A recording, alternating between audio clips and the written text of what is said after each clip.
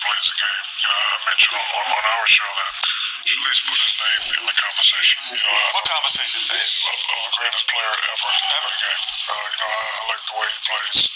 Definitely changed the game because of him.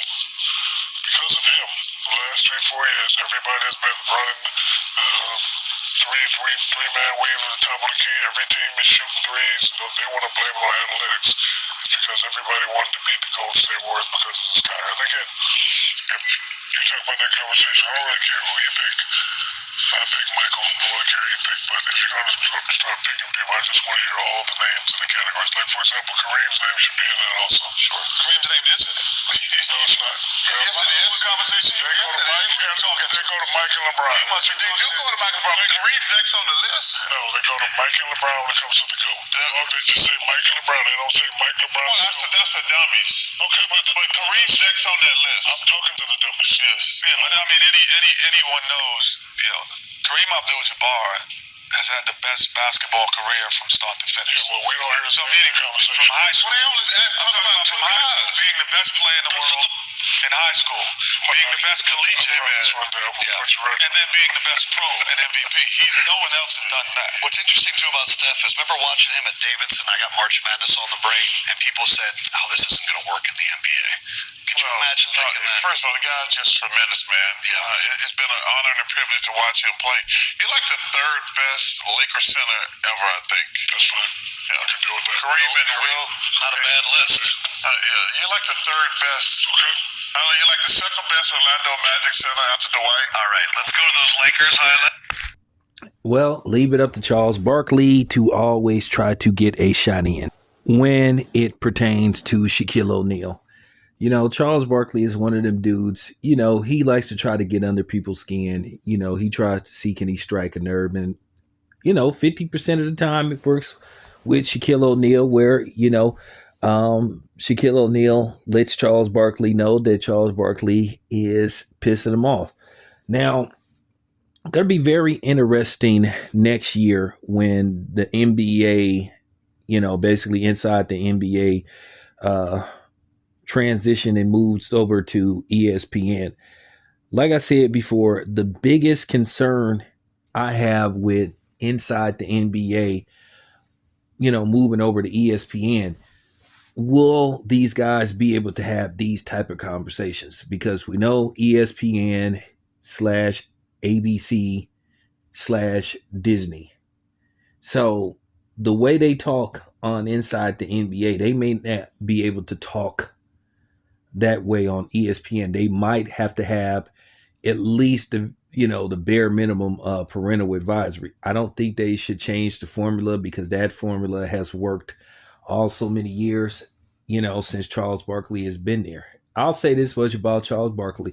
Whether I like Charles Barkley or not, he can be rather amusing, even though Charles Barkley, for the most part, just gets on my fucking nerve because of just other things, obvious reasons over the years that I've made visibly clear about Charles Barkley. But nevertheless, as far as Shaquille O'Neal's comments go and his opinion, I agree with him wholeheartedly about Kareem and the lack and the disrespect towards Kareem not being in the GOAT conversation. Ever since I got on YouTube, I've said that you could make an argument that Kareem is the greatest player that ever played the game. Kareem Abdul Jabbar is arguably, well, damn near, is not is not really up for debate. Kareem Abdul Jabbar was the greatest high school athlete. You can make an argument that he was the greatest college player of all time, and he went on to become arguably the greatest NBA player of all time. He has the rings, he has the MVPs, he was the all-time scoring leader until LeBron James broke his record. So Kareem should be in the conversation because after a while you do get tired of hearing Michael Jordan and LeBron James. Kareem Abdul-Jabbar, I'm talking about the sky hook, one of the most unstoppable offensive weapons I've ever seen. And I understand a lot of you guys, you number crunchers, and logistics when it comes to the NBA, but let's just keep it 100. Sometimes you got to go by the eye test. I did see Kareem, even though me being 50 years old, I did see Kareem at the tail end of his career. I started watching basketball around 1979, 1980. So I still saw Kareem and saw how dominant he was. Kareem still was very effective all the way from 1980 to 88, I think, when he retired. So Kareem was that dude. And I'm going to tell you right now, I just think because of political reasons and because of the situation with the media, Kareem wasn't a media guy. He wasn't a very media friendly guy. He wasn't all smiles and giggles like, Magic Johnson. Kareem was a dude that he wanted to play basketball and basically go home.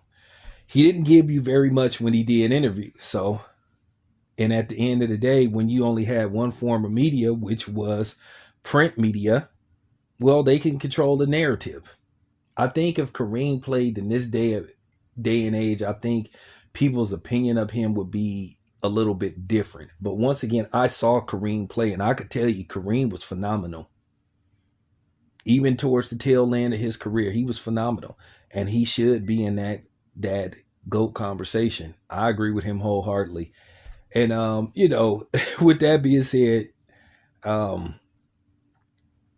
they may need security when the NBA goes to ESPN. It's going to be very interesting to see what happens with Charles Barkley and Kendrick Perkins. Now, I don't know if they're going to bring the studio over to ESPN, build a studio for them, or will they continue to work in Atlanta? Because that'll be very interesting if ESPN says, you know what, we're going to bring you guys to either Connecticut or Los Angeles, and then see what happens if you have Charles Barkley and Kendrick Perkins in the same room. So we'll just have to see. But nevertheless, I agree with Shaquille O'Neal wholeheartedly. Kareem should be in that GOAT conversation.